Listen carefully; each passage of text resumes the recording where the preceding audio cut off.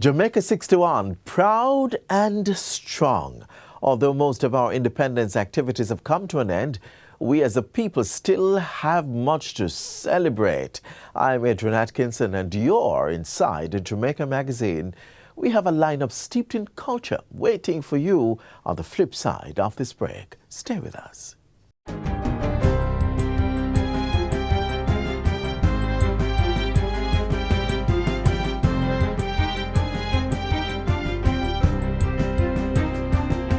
Good day, I'm Stephen McHugh and this is your JIS News for Tuesday, August 8, 2023.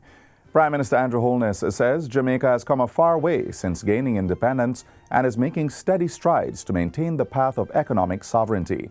Mr. Holness says the evidence includes achieving 8 consecutive quarters of growth, a low unemployment rate, foreign exchange reserves of over $4 billion, and a 55% increase in export earnings and a 78% debt to GDP ratio. The Prime Minister was delivering a national broadcast on Independence Day. Our current economic position means that your government will have the fiscal space, that is more resources, to provide services for you, our people, who are rightly demanding an improved standard of living for yourselves and your children. Mr. Holness says consistently good things are happening, though not at the pace many would want.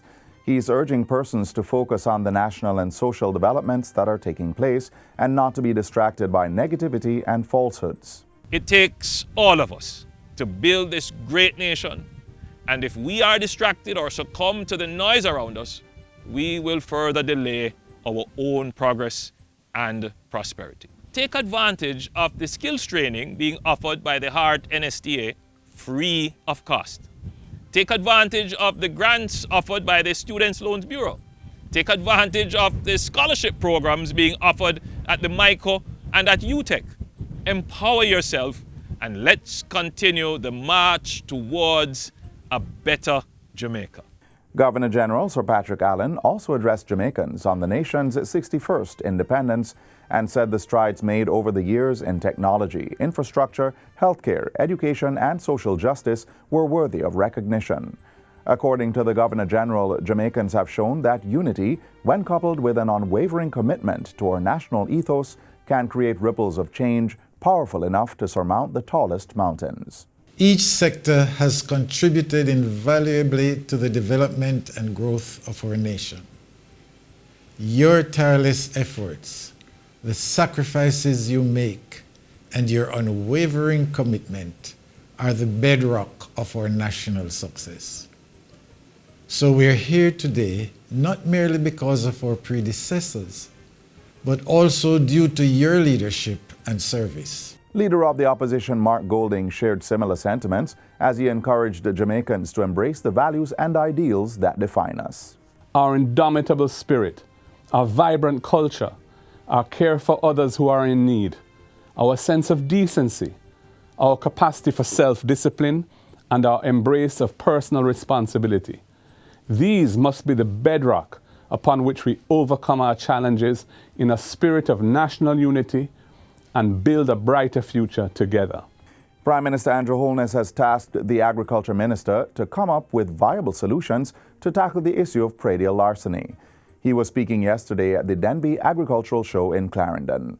Mr. Holness says predial larceny is not only a criminal undertaking, but has also become an unspoken part of the country's culture, and this must be addressed. The Minister of Agriculture has been tasked with coming up with a viable solution to this issue of predial larceny. There was already legislation in place for a special police force, agricultural police force, and the minister has been tasked with getting that legislation operational. Mr. Holness points out that technology such as the National Animal Identification and Traceability System, NATES, is available and far advanced for farmers to track their animals. He says this consumer technology and AirTag is quite robust and well proven.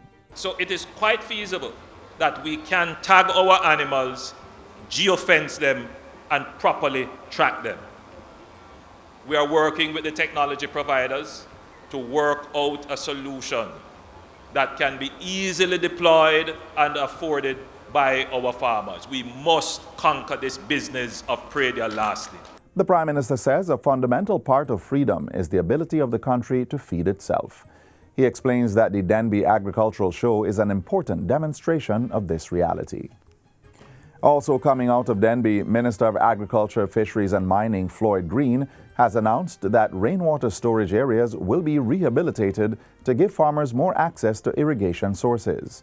A lot of storage areas were developed largely during the 70s, 60s, 70s. A lot of them run by the parish council in heavy farming areas not being used. I have tasked RAD and the NIC to go and put them into storage production again so that our farmers can get the benefit. Mr. Green says the ministry will work with farmers to install pond liners in already dug out areas that can be used for rainwater harvesting. We have a facility now where if our farmers are willing to partner with us and to do some of the work to excavate and to put in, we will come with the pond liners to help them have ponds that they can utilize for their farms. We're doing that for single entrepreneurs. We're doing that for clusters of farmers. We've identified 60 that we're going to be working with. The interventions form part of the drought mitigation strategy being implemented by the ministry. $104 million will also be spent on 3 water trucks to bring the commodity to farming communities. And finally, the National Stadium was filled to capacity on Sunday as Jamaicans celebrated 61 years of independence under the theme Proud and Strong. Thousands of patrons were also rerouted to the National Arena, where viewing screens were provided for them to enjoy the Grand Gala. The Grand Gala, since we brought it back as a government, has been very popular and there has been a great demand. But this year the demand was just unbelievable. 79,000 requests. We just couldn't cope, so we had to manage it. That's why we're looking forward to the expansion of the National Stadium. In his address to the patrons, Prime Minister Andrew Holness said the country's 61 years of independence represented growth and maturity of the nation. Jamaica is doing very well from an economic perspective. We are doing very well in terms of our infrastructure. And internationally, Jamaica is well respected and well recognized. There are challenges in our country, make no mistake about it, but we are overcoming them. The spectacular cultural showcase featured presentations in music, drama, song and dance by costumed and uniformed groups alongside popular local artists. Veteran reggae group Morgan Heritage received the Jamaican Reggae Icon Award, while Trinidadian soca superstar Machel Montano was presented with the keys to the city of Kingston. Homage was also paid to actor, singer, songwriter and social activist, the late Harry Belafonte. There was also a spectacular drone show in addition to the fireworks display and the balls of light. And that's it for JIS News Today. I'm Stephen McHugh. Thanks for watching.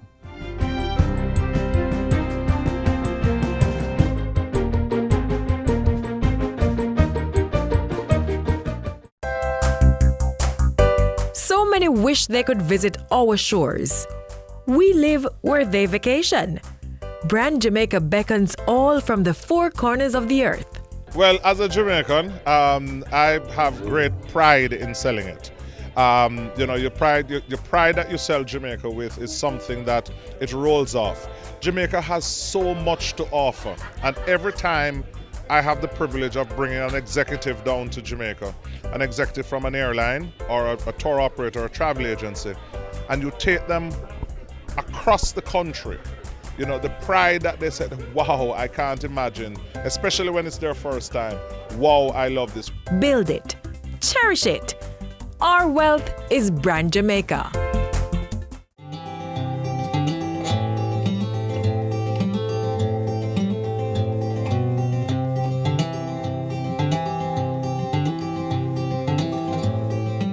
Jamaica is rich in culture. We're known world over for our creatives, from our musicians to our artists and poets.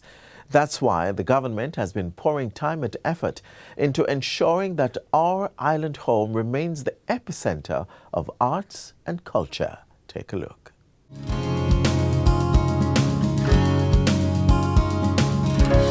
Jamaica's creative and cultural industries, CCIs, are being mobilized for an economic transformation. For many years, the country has generated global acclaim through its various CCIs, making them among the most significant industries.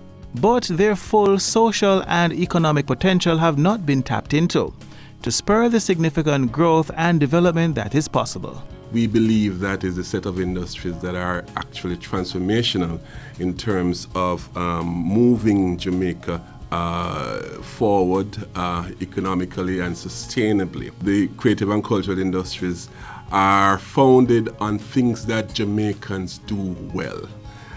So we have a natural competitive advantage in the creative and cultural industries. As a matter of fact, when you think about brand Jamaica and what defines brand Jamaica, certainly externally, it's really founded in the creative and cultural industries.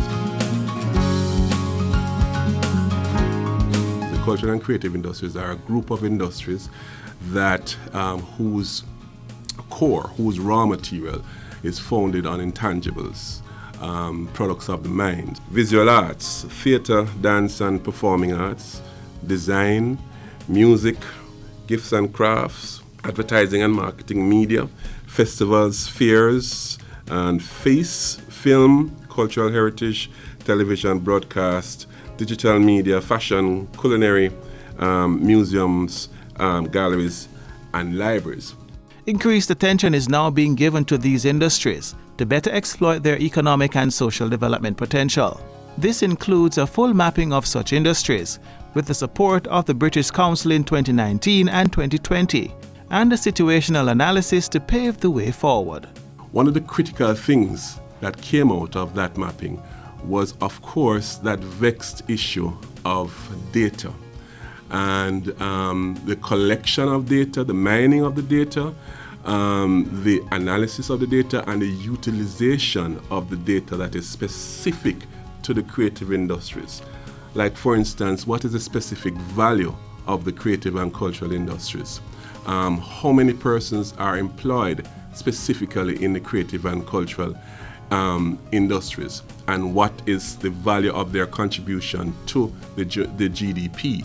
The UNESCO-funded Mapping Jamaica's Cultural and Creative Industries project estimates the contribution of Jamaica's CCI to be 5.2% of the country's GDP. The report from that mapping also indicates 2.2 billion Jamaican dollars, or about $14 million in revenue being generated annually by CCIs, which are estimated to account for 3% of total employment. We have not monetized sufficiently the creative industries to be the rich superpower that they can make us, that they can create for us in Jamaica. The Jamaica Business Development Corporation, JBDC, in partnership with the Statistical Institute of Jamaica, Statin, further embarked on a national project to validate the country's CCIs. That will give us a specific value of the industry, what's the contribution to GDP, what's the contribution to employment in particular. It will also give us some sub-data as well, like the value and importance of some of this to some social development as well. And it also will give us specific recommendations for the sector. For it to continue, we need to sensitize person what information do we need to keep going forward with this. When you're asked for the information, please provide the information at a detailed level, because in order to derive the value added, it's not just the sales or what income they're generating. We have to take from that cost. So we would love to get the information. The expectation is that Statin will consistently collect data to allow for ongoing understanding of the value and contribution of these industries. Mapping the return on investment, allowing government really to strategically and in a structured way decide on how it is that you're going to invest in both the demand side and the supply side of the chain of the creative and cultural industries, so that we can now plot real development and measurable development path for the cultural and creative industries. We believe that there's huge potential for wealth creation, for employment from the creative industry sectors that is just untapped presently. That's round one. We also believe that there is investment that is waiting to happen in the sector. As long as we can get a sense, investors, they want a sense of exactly what they're investing in and what the potential returns on those investments are.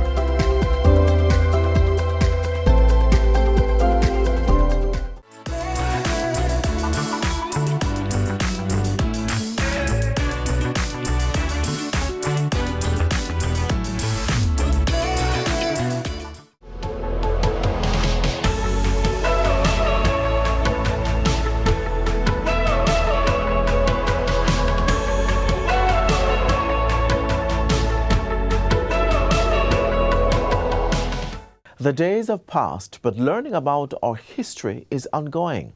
In the spirit of independence and emancipation, let's learn more about one of Jamaica's heritage sites, tucked away in the parish of St. Mary.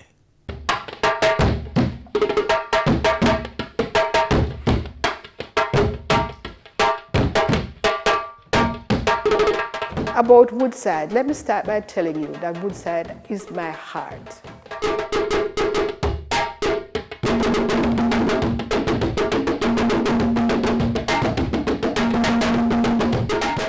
Welcome to Woodside! Woodside is in St. Mary, deep rural community. Approximately around 1,000 people living in Woodside. Mostly middle age. It's a farming community. Woodside is really a warm and a friendly environment and a very peaceful community. As people coming into Woodside, you can just expect fruits, you name it, country. It's country stuff, you know. And then you can expect history and culture. So we have students come here on tours, university students and visitors, people doing history, doing research and like family tree. You know, and some of them find out back their family were right back here from Woodside, from this very plantation here. This plantation was one of the largest plantations of coffee growing in this region in the days of slavery. We have 4 historical sites here that are protected by the National Heritage Trust. This is the former great house of the slave master. Steps down here, those are steps which were carved out by the Tainos. One Bobby Susan, which we have now learned, is called Atabey. But I have yet to hear about sacred tourism. And this is what we are. This is a sacred space that you are in. Down there, Daddy Rock is a sacred space, sacred to the Africans. It's very important that she's Atabey because she's the mother of the chief god who is Yokahu, and she is the goddess of the earth, Earth Mother. So we have her here in Woodside.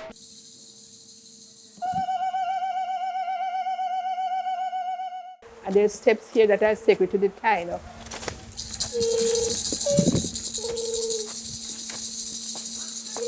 I'm telling you that we have Taino from Puerto Rico, and we have Taino from Florida coming to see these things. And you would cry when you see how they behave, how they love us because they say we took care of their relics.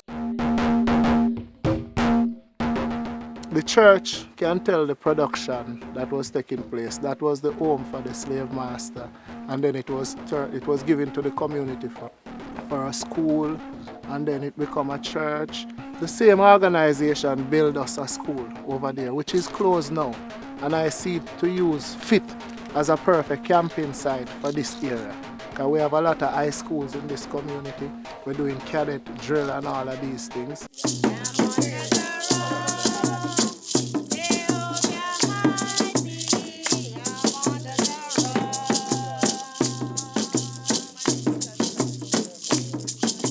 Back then we was told that here was the era where the slave used to plan their escape.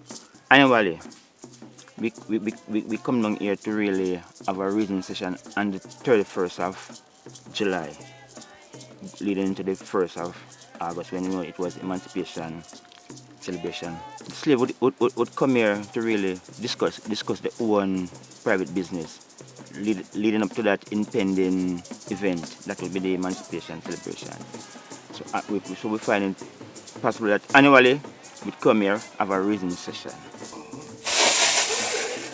These plaques here bear the name of some of our slaves that were here on the plantation.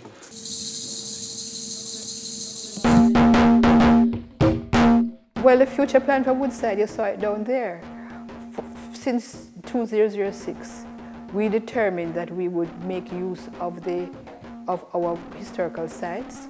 We would care them so that we could present them in our educatourism product, looking much better, and we would also be teaching people more about them. Well, that needed funding. That is not something we could do by having a dance. And then the cement company last year put out an advertisement for community development projects. And we applied. And we came first. And we got the $6 million. Not in our hand, because they are doing the project. But that is our project there, the ancestral garden.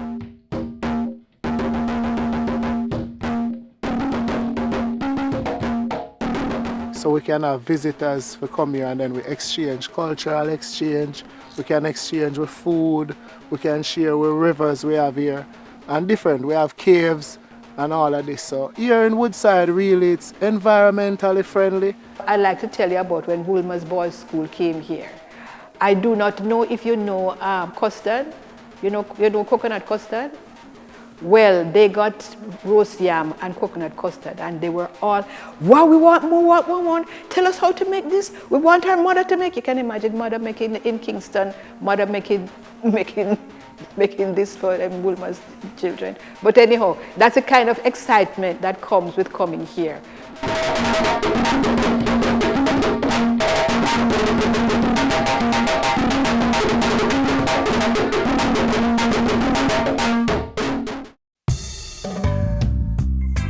There's a lot more to Jamaica than just what meets the eye. I had always loved art. It was my first love. It set me free. I did some artwork for the Half Moon Hotel. And shortly after, 14 guests showed up at my gate thinking I had a gallery up here. And that gave me the idea that I need to have a gallery. And so the guests would come up, they see the garden, ask if they could go for a walk, but everybody came back saying we should make something of it.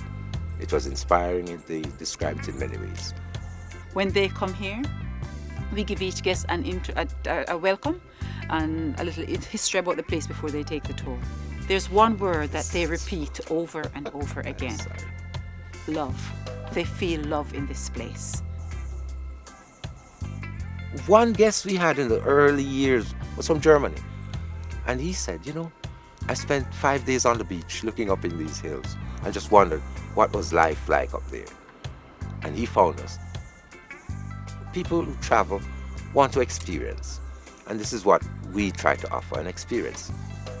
Every guest that leaves this place, say it, I came here as a guest and I felt like family.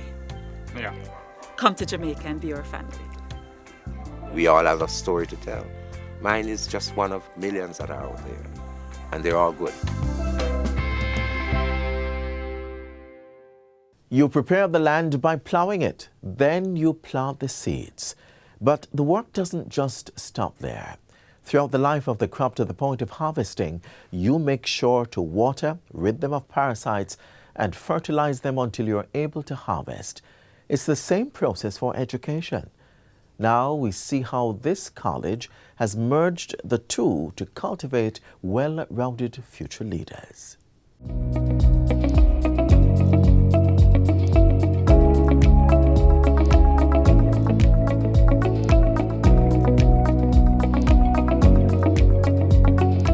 Our future is being planted and nurtured in a school known for producing long-serving teachers for our educational system.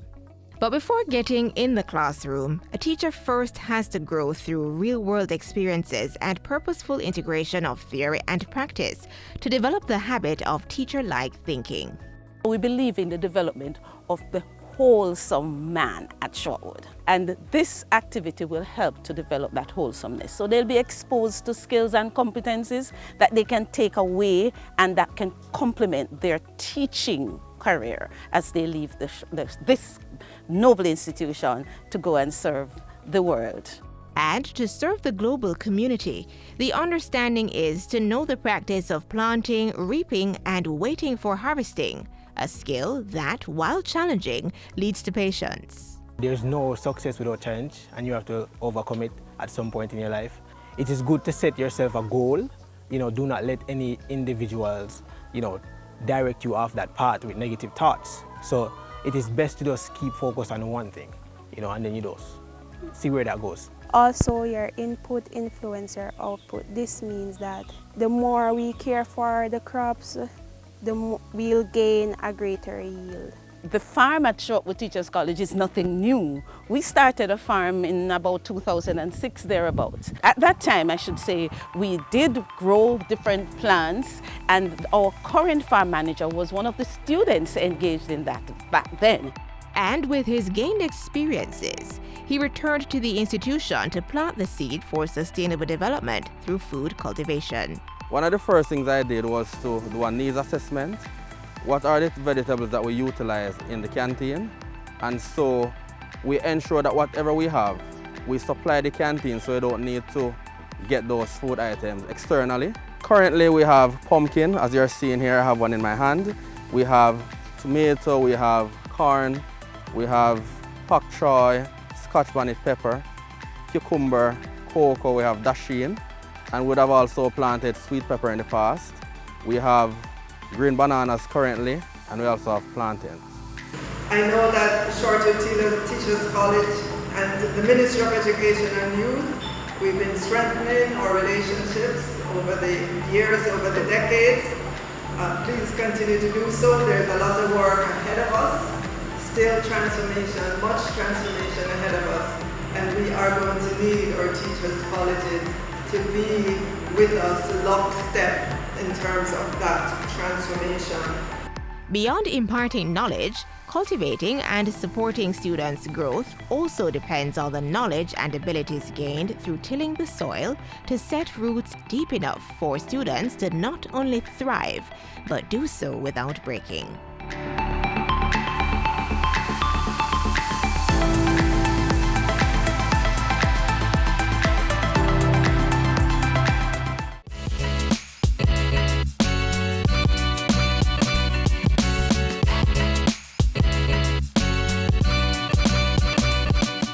We've come to the end of our program, but before you go, remember this. Don't waste your precious time on this earth fearing the inevitable. Instead, fully cherish each moment and live your best life. Embrace the good and the bad, for they both equate to this journey called life. You may visit our website, jis.gov.jm, to catch up on this show and lots more. It was indeed my pleasure being here with you today. I'm Adrian Atkinson, thanking you so much for watching. This has been a production of the Jamaica Information Service, the voice of Jamaica.